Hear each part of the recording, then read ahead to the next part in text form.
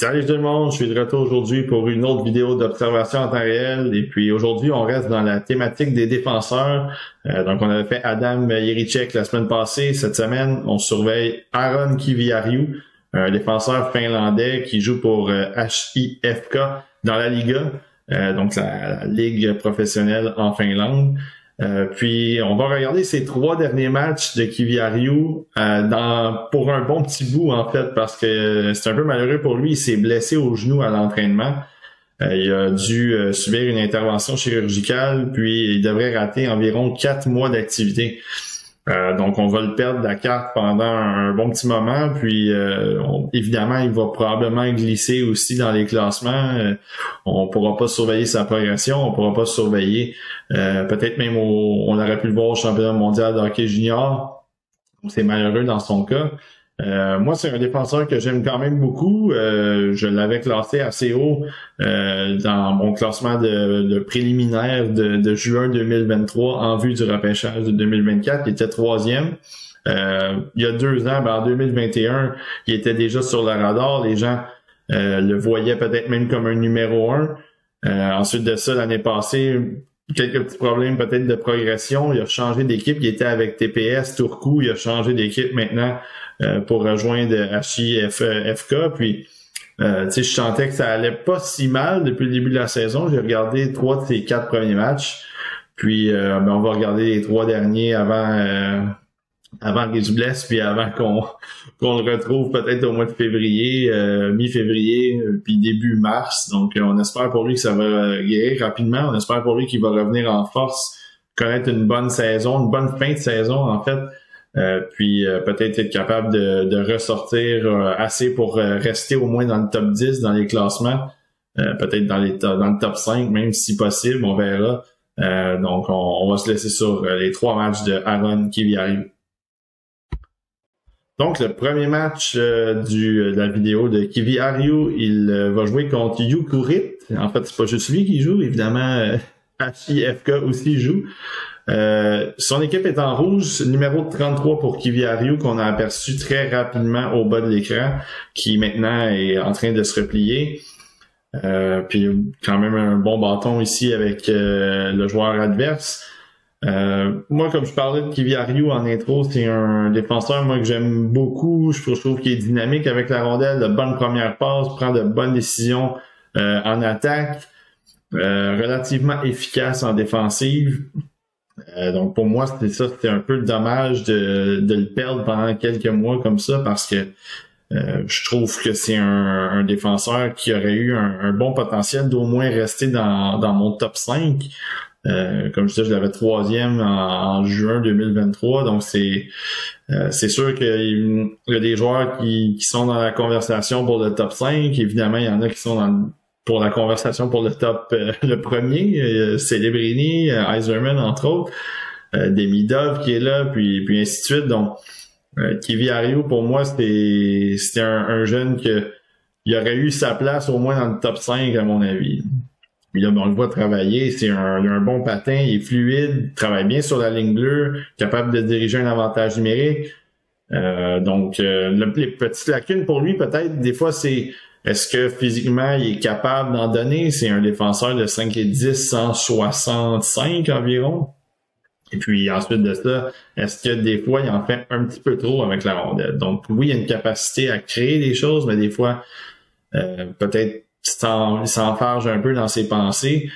Mais c'est relativement stable. Dans ce cas, moi, ce que j'ai vu depuis le début de la saison en Liga, j'ai vu 3 de ces 4 matchs comme je mentionnais, puis j'ai bien aimé ces matchs quand même, sans nécessairement qu'ils produisent offensivement. Je trouvais qu'il était efficace, puis il faisait du bon travail. Donc, en tout cas, c'est ça, on va voir peut-être dans les 3 prochains matchs, ces 3 derniers, s'il peut au moins laisser une petite carte de visite pour qu'on ne l'oublie pas à son retour au jeu dans quelques mois. Puis c'est ça, Kiviariu, je pense que défensivement, c'est peut-être pas un gars aussi solide défensivement qu'un Dickinson, ou il est peut-être un peu moins physique qu'un Lev Shunov ou des joueurs comme ça, mais je trouve qu'il est quand même est relativement efficace. Moi, c'est rare quand même qu'il, ben c'est pas que c'est rare, mais il suit son homme de bonne façon. Il est quand même bien positionné, lit bien le jeu. Donc c'est aussi quelque chose que je voulais surveiller cette année dans son cas. Et puis malheureusement, puis là, vous le voyez quand même avec le bâton, donc il est capable de tout simplement garder son patin, mais là, vous avez vu tout de suite après une séquence un peu où il a voulu être un peu plus fancy, il a perdu la rondelle. Donc ça, c'est défensivement, c'est un peu la façon dont faut vérifier Kivi Ariou cette année. Parce que l'année passée, malheureusement, il a peut-être stagné un peu, il a peut-être pas ressorti comme on aurait aimé le voir avec TPS.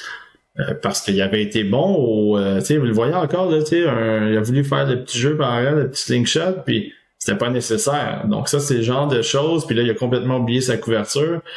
Donc ça c'est des choses que malheureusement, ça donne des petits cheveux gris, puis c'est ce qui fait en sorte qu'évidemment, il a baissé dans les classements. Puis c'est ce qui fait en sorte aussi que il y a d'autres défenseurs qui ont pris la pause, si vous voulez, parmi les défenseurs qu'on voit dans le top 5. Dans le top 10, puis je mentionnais Dickinson, mais il y a pas juste lui, il y a Levchunov, évidemment, comme j'ai mentionné, mais il y en a d'autres, Henry Muse qui est là, il y a Saint Perek, évidemment, on a regardé Yerichek la semaine passée, est-ce que Cole Hudson peut se mettre en marche offensivement? Bref, ça c'est tous des joueurs qui peuvent venir tasser Kivi Ariou de l'équation puis le faire baisser au classement. Mais pour en revenir à Kivi Ariou, on l'avait vu au Linka Gretzky l'année passée, donc pas celui cette année, l'autre d'avant. Il avait quand même bien fait offensivement. Les 2 fois qu'il s'est présenté au U18, générateur d'attaque, bonne créativité, bonne capacité à alimenter ses coéquipiers. Donc, ça aussi, c'était intéressant. Mais là, dans son cas, faudra oublier ça pour cette année. Puis on va vérifier un peu plus la réputation. Est-ce qu'on peut se fier à ce qu'on a vu par le passé? Est-ce que c'est suffisant pour le laisser dans une conversation de top 10? Ça sera à vérifier, mais on va regarder pour ces matchs-là si justement il va ressortir un peu du lot.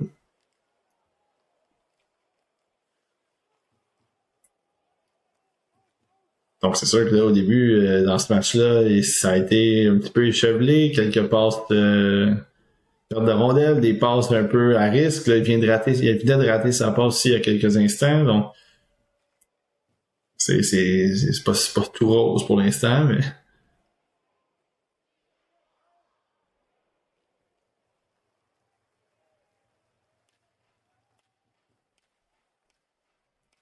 Oh, il a tiré une pénalité là-dessus. Puis, évidemment, ça aussi, c'est une de ses forces, capable de contrôler la rondelle.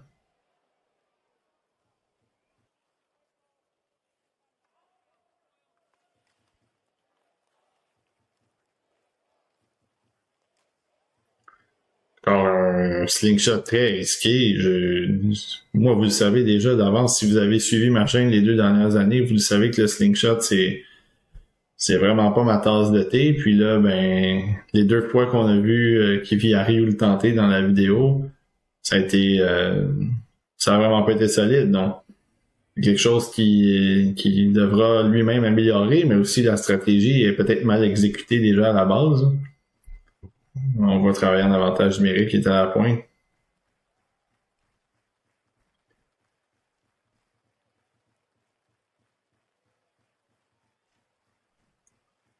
Finalement, il est capable de travailler le long de la ligne bleue. Donc, ouf.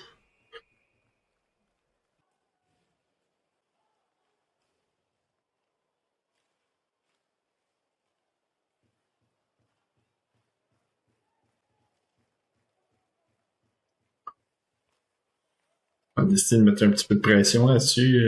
C'était un genre de 3 contre 2 et demi qui se développait lentement. C'est une décision que j'ai pas quand même détesté, là, qui aille directement faire un pinch puis aller mettre de la pression. Ouais, ben là, c'est ça. Là, ça, c'est un petit problème de Kivi Ariou à cause de son gabarit. C'est que là, il a esquivé une mise en échec, ce qui était bien. Mais après, vous avez vu à quel point le joueur de Yukurit, il a simplement continué à être acharné puis lui enlever la rondelle.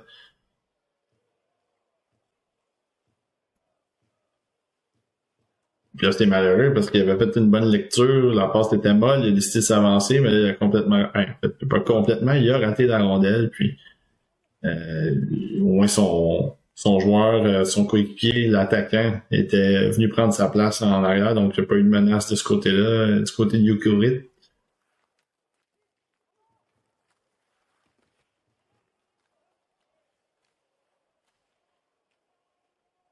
Bon, je pense ça. Ouais.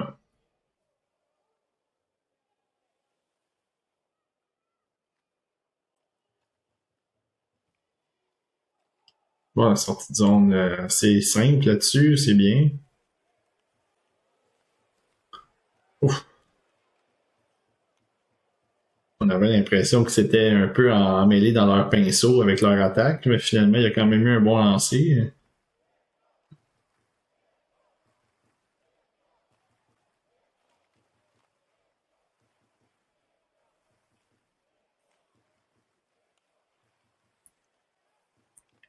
Donc, travaillant en avantage numérique. Kivi Ryu, il n'y a pas un mauvais lancer dans l'ensemble. C'est pas un lancer foudroyant, par exemple. Mais je pense que c'est assez pour qu'il se fasse respecter. Puis, c'est les rondelles, il amène ça au filet aussi. Donc, pas toujours nécessairement obligé d'être violent ou les tirs qui traversent le filet. Juste envoyer ça au filet comme ça. Pour des retours, des déviations. Je pense que vous le savez aussi si vous me suivez depuis un petit bout, à quel point ça, j'aime ça pour les défenseurs. Donne l'occasion à tes coéquipiers de travailler, de faire de bonnes choses. Ouf, et là, au petit but, par exemple, là-dessus, une belle attaque du côté d'HIFK à la suite d'un.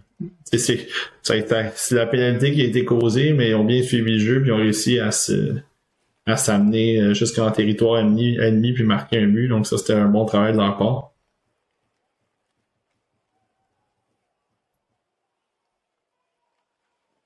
Ouf! Oh! Vous avez vu quand même Kivi Ryu côté patin de reculon, c'était bien. Là, il a pris la décision de s'avancer, ce qui était pas mauvais non plus. Mais il y a eu de l'espace aussi quand même pour le joueur de Yukurit qui a pris un bon lancer. Le gardien a eu de la difficulté à maîtriser la rondelle. Puis là, ben ensuite de ça, un sifflet rapide de la part des arbitres. Eux, ils chialeront pas, c'est sûr, mais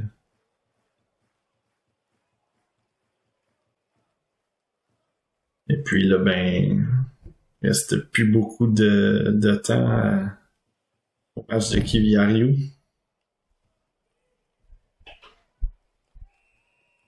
Et ça se termine comme ça, il y a eu un hors-jeu, donc c'est le premier match de Kivi Ryu dans la vidéo.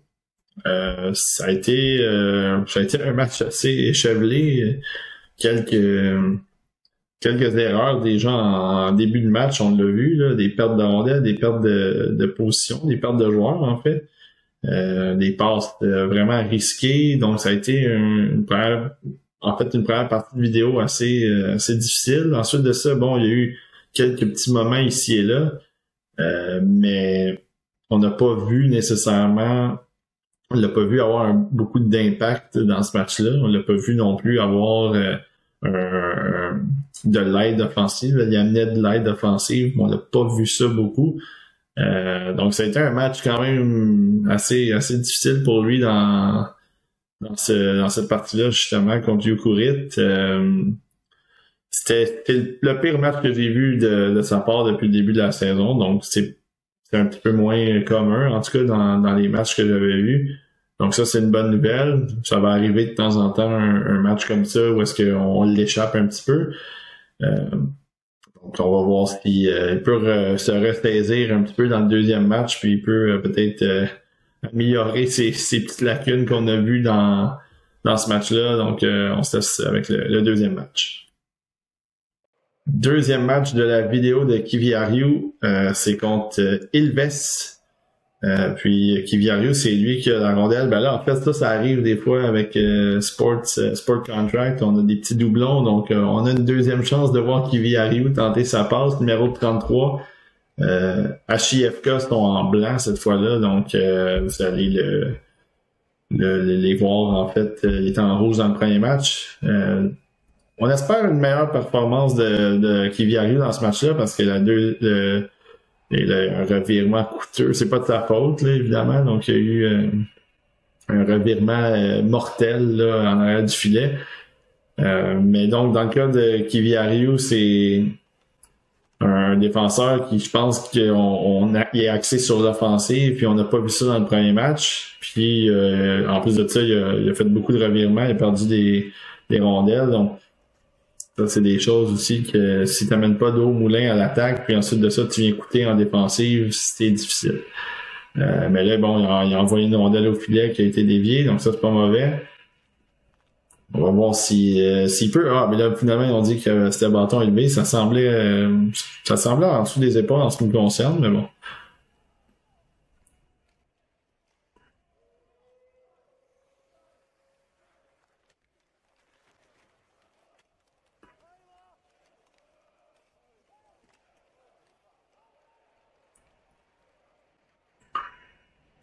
Ouais, là, il a donné quand même beaucoup d'espace.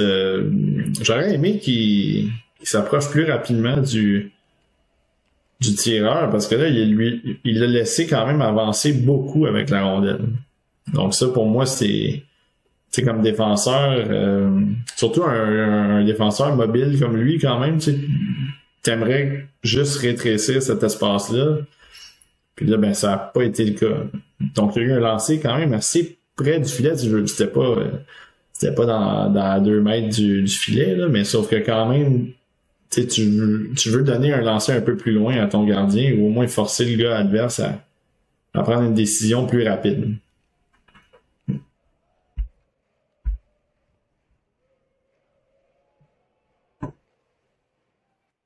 Un petit peu trop fort, un petit reverse là-dessus. Là, il est devant. Vous voyez, il est devant le filet, là, c'est toute une tâche parce que son petit gabarit, il a été combatif là-dessus au moins. Là, ça a été bien de voir ça. Il faut qu'il continue il faut qu'il continue à aider aussi, exact. Bon, au moins là-dessus, c'est pas techniquement parfait, mais au moins il continue à être combatif.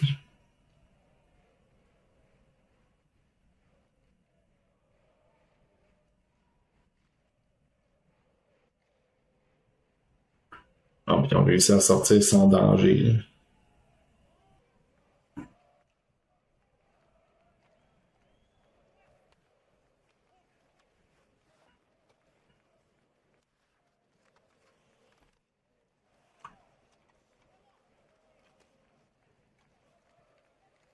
Oui, exact. Voilà, ben là, il a bien lu le jeu là-dessus, par exemple. Plutôt que de rester vraiment parallèle à son joueur, à la ligne bleue, il a décidé de couper, puis de vraiment se placer entre les deux défenseurs, puis son coéquipier a bien vu ça aussi, donc chapeau à lui. Puis ensuite de ça, Kiviario, il y a une belle entrée en angle, il y a de l'espace, puis finalement il décide de couper, puis le gardien a mordu, donc beau but de sa part, belle lecture du jeu, belle lecture du coéquipier, puis là, moins belle lecture cette fois-là, avec un pinch un peu risqué. Donc ça, on a vu le bon côté et le mauvais côté en l'espace de 30 secondes.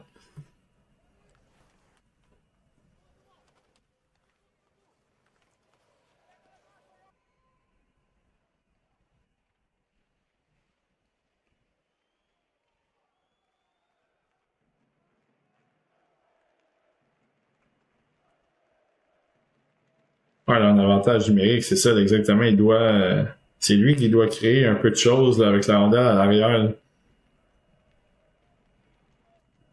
Ouais, donc il récupère, ramène ça. Faut absolument que quelqu'un. Exact. Exact. Ouais, ça c'était bien. Bon, ça a pris un peu de temps. Il y a eu un petit peu Ils ont jonglé un petit peu avec la rondelle, mais à la minute qu'ils ont ramené ça en arrière, il a fait une feinte de tir, il a envoyé ça de l'autre côté. Ça a ouvert aussi l'espace pour son coéquipier qui a amené ça au filet. Donc ça, c'était bien. Il n'y a pas eu de... Évidemment, il y a eu un petit retour rapide. Le gardien a mis la main sur la rondelle, mais c'est des lancers qui sont toujours un peu dangereux. Donc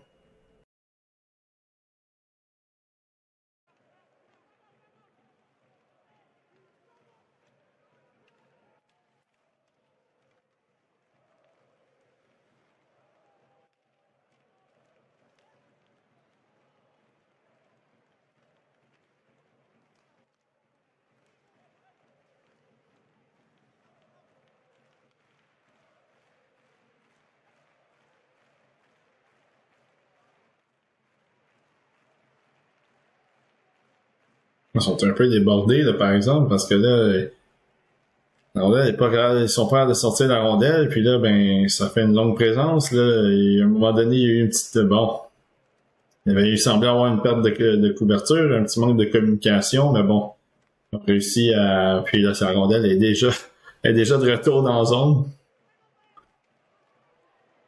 Voilà, Kiviariou, c'est son gars, exact. Faut absolument qu'il poursuive son homme.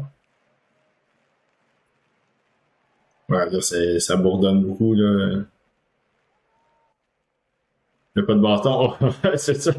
Il a fait la passe à son coéquipier. Malheureusement, il n'y avait plus de bâton. Donc là, encore une fois, ça tournoie beaucoup. Kiviariou devant le filet. Bon, il est aux prises avec quelqu'un.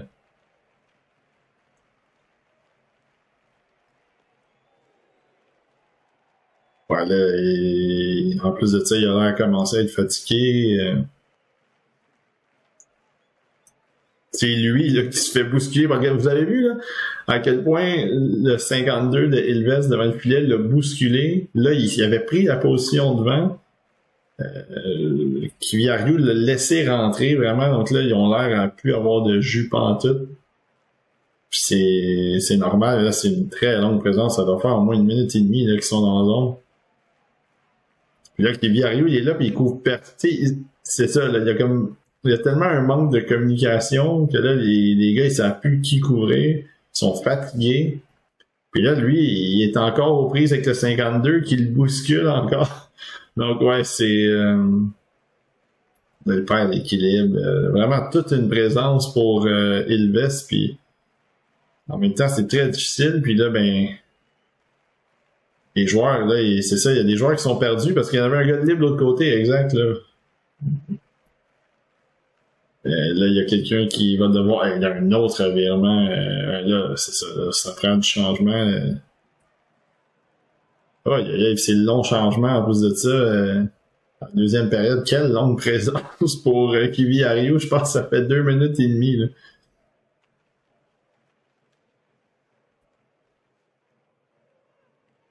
Finalement, envoyer ça dans le fond. Finalement, est-ce quelqu'un qui va avoir le temps de changer? Ouais, au moins un.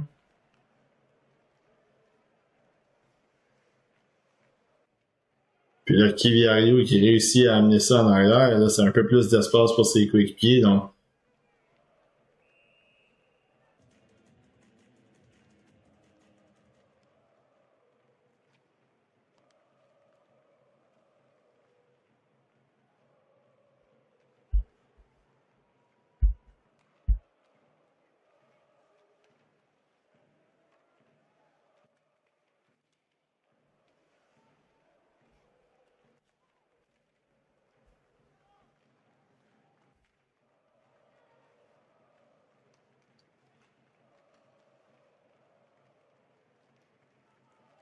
patin de reculon, il est dans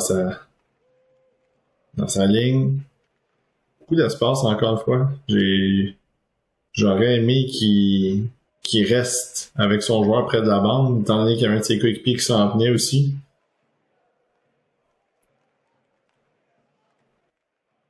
Ouais, il était près de l'autre côté, excellent. Ouais, exact, ça aussi. Ouais, c'était pas mauvais cette petite passe-là vers l'enclave, c'était bien pensé. Le joueur était bien couvert, par exemple. Là. faut donner le crédit aux joueurs de Ilves là-dessus qui l'avaient bien suivi. Il y a quand même eu une rondelle vers le filet, donc ça, c'était pas si mauvais que ça. Ça n'a pas mené à un lancer franc quand même, mais l'idée était bonne selon moi.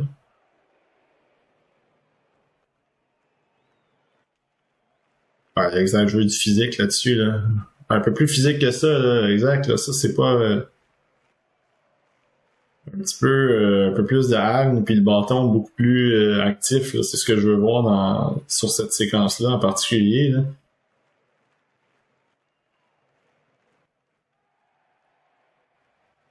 Là, il est devant le filet, il y avait un joueur qui était là et je pense qu'il est allé changer. Pas de dommage finalement.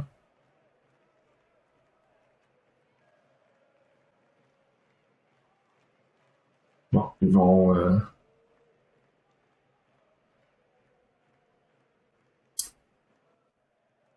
Ouais, c'est malheureux parce que je pense pas que la passe était mauvaise, là. Ça a été mal maîtrisé.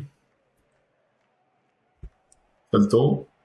Ouais, la petite... Ok, ouais, c'était correct ça aussi, la petite passe. Et ben ça termine pour Kiviariou dans ce match-là. Beaucoup mieux. Mais finalement, c'est difficile de faire pire que le premier match. Mais on a quand même vu encore une fois dans ce match-là des séquences parce que défensivement, ça n'a pas été facile. Puis on le sait que c'est ça sa lacune. Donc si tu veux avoir un défenseur offensif, ça, il n'y a pas de problème, mais t'espères qu'il puisse développer ce côté défensif-là. Puis je les compare pas, mais tu sais, Quinn Hughes, c'était un peu ça. Quinn Hughes, c'était un défenseur qui activait beaucoup le jeu, qui était très impliqué en attaque, puis défensivement, c'était toujours à risque un peu. Puis l'année passée, il a vraiment été très bon en défensive, puis tu vois qu'il y a une trajectoire qui va vers le haut. Donc, il devient non seulement une arme offensive incroyable, mais défensivement, il devient beaucoup plus responsable, beaucoup plus impliqué. C'est un peu ça que Kiviariou, c'est ce qu'il devra devenir, en fait. Si tu décides de prendre un choix top 10 pour lui, top 5, il faut absolument que tu aies cet aspect offensif-là, mais que ça ne vienne pas te coûter cher défensivement non plus.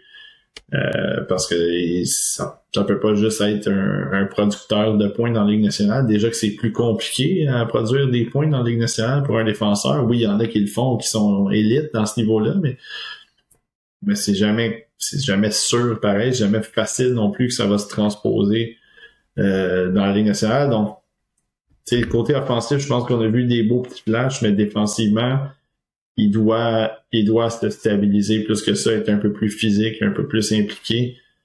Donc, on va voir peut-être dans le troisième match si c'est ce qui va arriver dans son cas.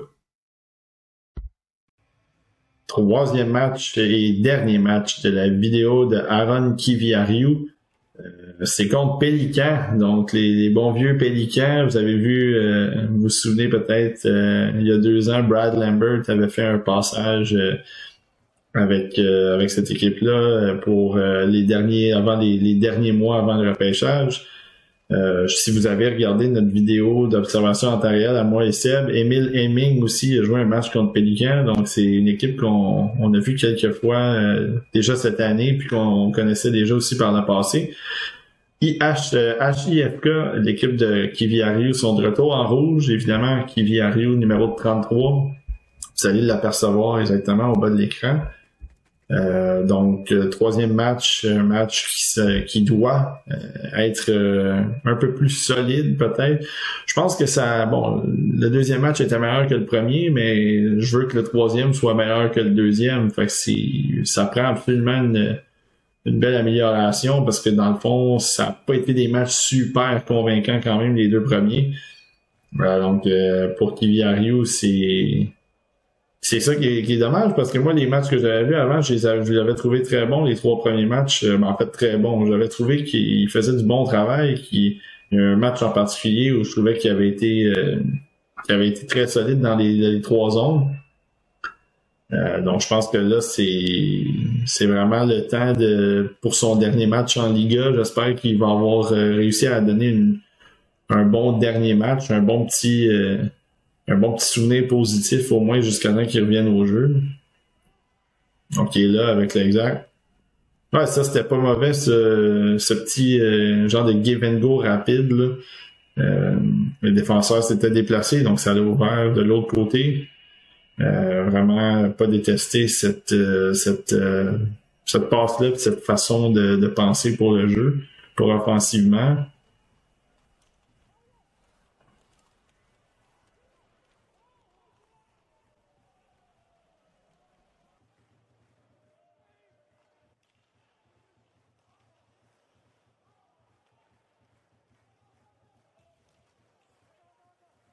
La suppression. Ouais, ça c'est bien. Il a absorbé le contact, laissé ça à son coéquipier. Donc ça, c'est le genre de choses que moi je veux voir, là. Bon, évidemment, il y a eu un dégagement refusé, mais c'est le genre de choses que moi je veux voir de son côté. C'est sous pression, est-ce qu'il peut prendre la bonne décision? Est-ce qu'il est capable de laisser la rondelle en sûreté ou au moins faire en sorte que l'équipe adverse soit pas déjà en position de marquer ou d'avoir un bon tir? Ouais, t'as regardé son gars, excellent, revient.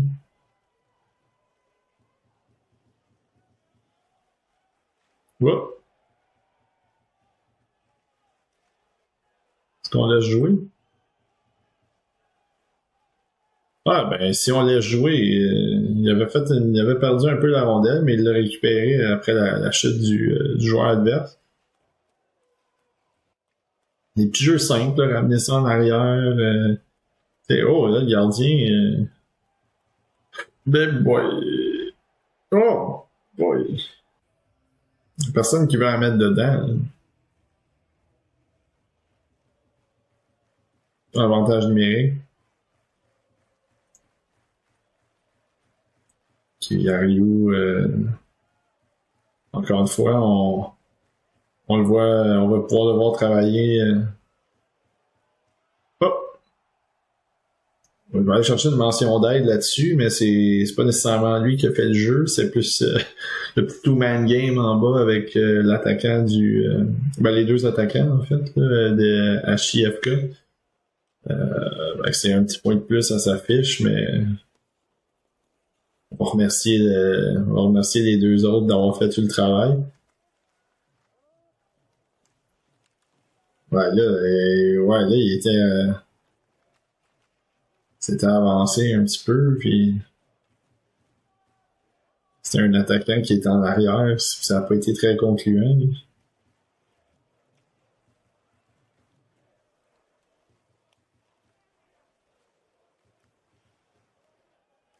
Ouais, pas une passe évidente là-dessus.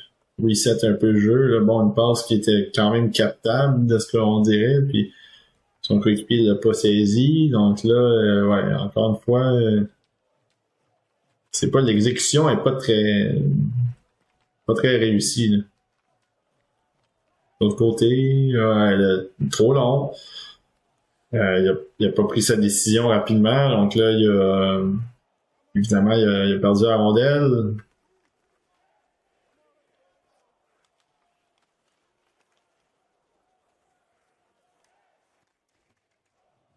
C'est sûr que pour un jeune de cet âge-là, de jouer dans la Liga, c'est quand même une marche un peu élevée aussi. Il est capable de le faire, Kyriou, mais c'est sûr qu'il c'est pas parfait.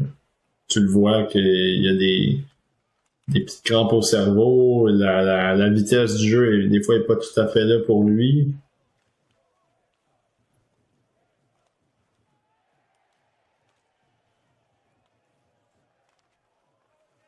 Ouais, là, absolument, ouais. Il fallait absolument qu'il coupe le milieu parce qu'il s'était fait encore prendre. Le joueur adverse avait réussi à avoir la position sur lui. Ouais. Là, au moins, une bonne bataille.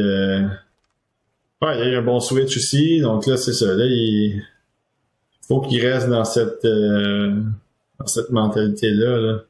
Un peu plus agressive. Et là, les rondelles, par exemple, sont pas dégagées. C'est tantôt, on a vu une séquence avec 2 minutes et demie, je pense, qu'il était en attaque, là, l'autre équipe, là, encore une fois.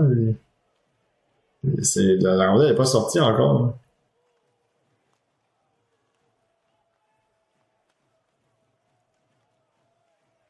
Puis là, Kiviario, il est encore aux prises avec un gros bonhomme en avant. Fait il va absolument se battre pour l'empêcher. Puis là, ben, vous voyez que c'est pas évident, là, finalement.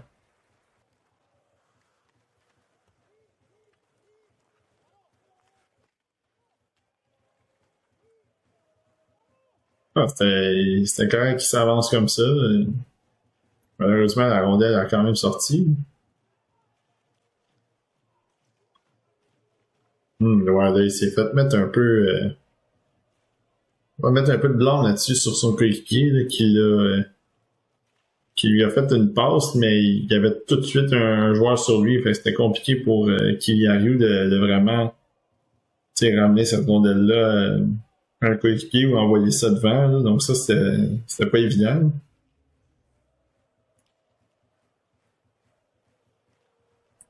Ouais, ça, j'ai bien aimé au moins la passe, sa passe à lui était bonne, mais moi j'ai aimé le fait qu'ils ont commencé à droite, puis ensuite de ça, ils ont ramené ça vers lui pour envoyer la rondelle à gauche. Les joueurs s'étaient déplacés un peu de l'autre côté, fait ça l'a ouvert un petit peu pour l'entrée de zone.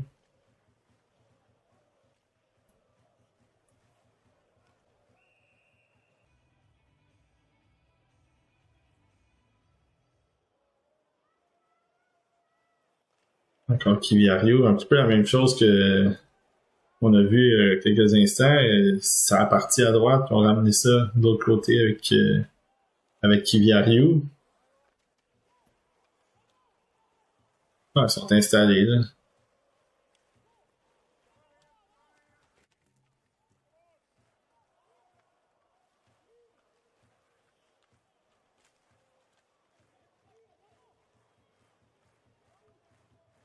Ouais, il n'y a rien qui... Ouais, exact.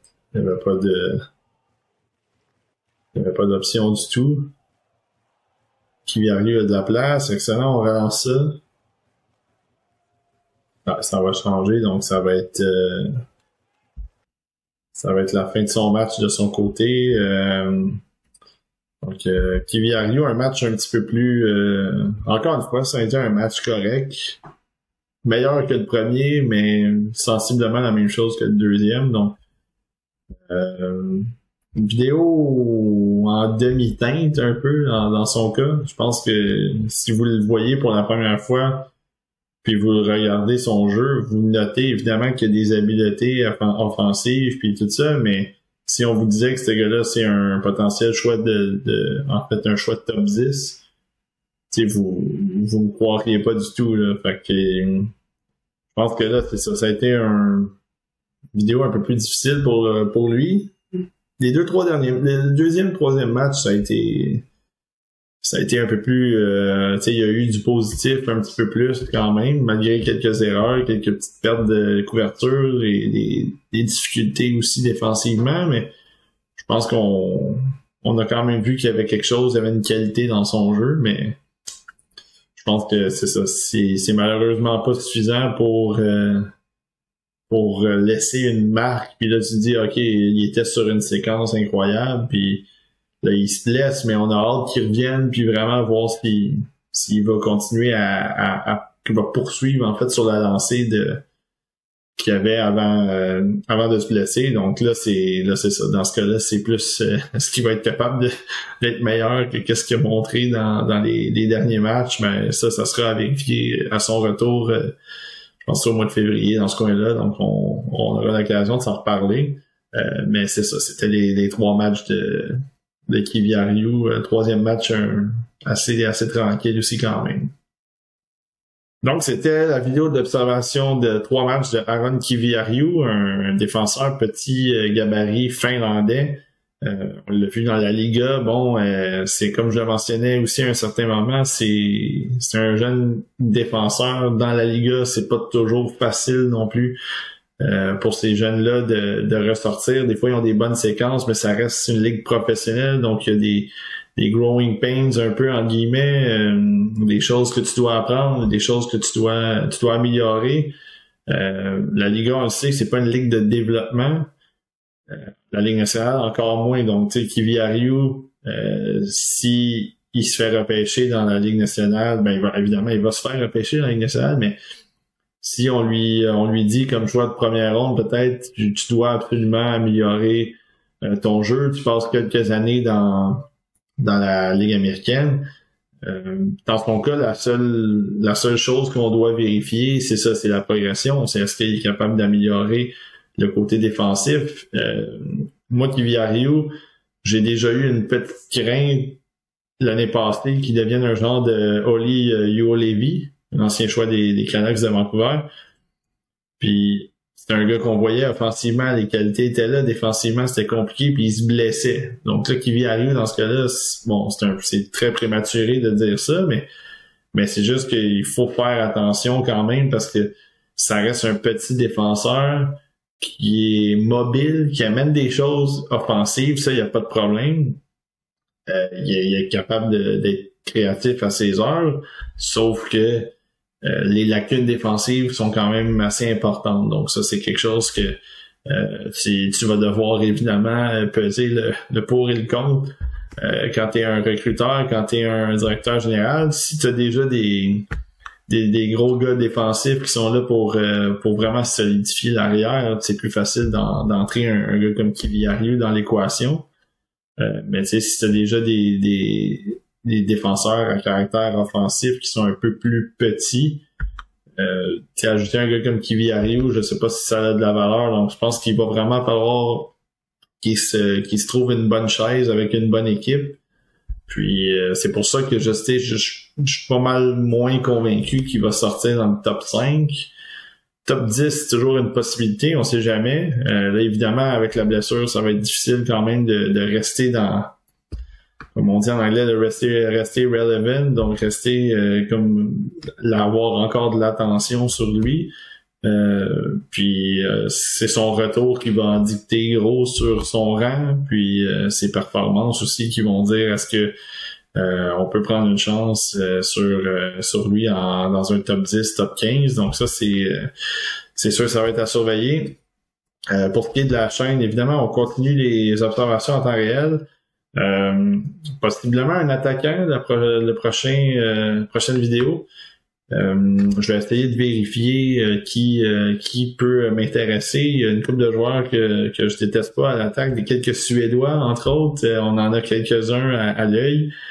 Des petits quelques Finlandais aussi. On a vu Hemming avec Seb la semaine, en fait, pour le TSLH, pour les Patreons de TSLH. C'est un joueur qui est intéressant. Lui aussi, il a un bon début de saison.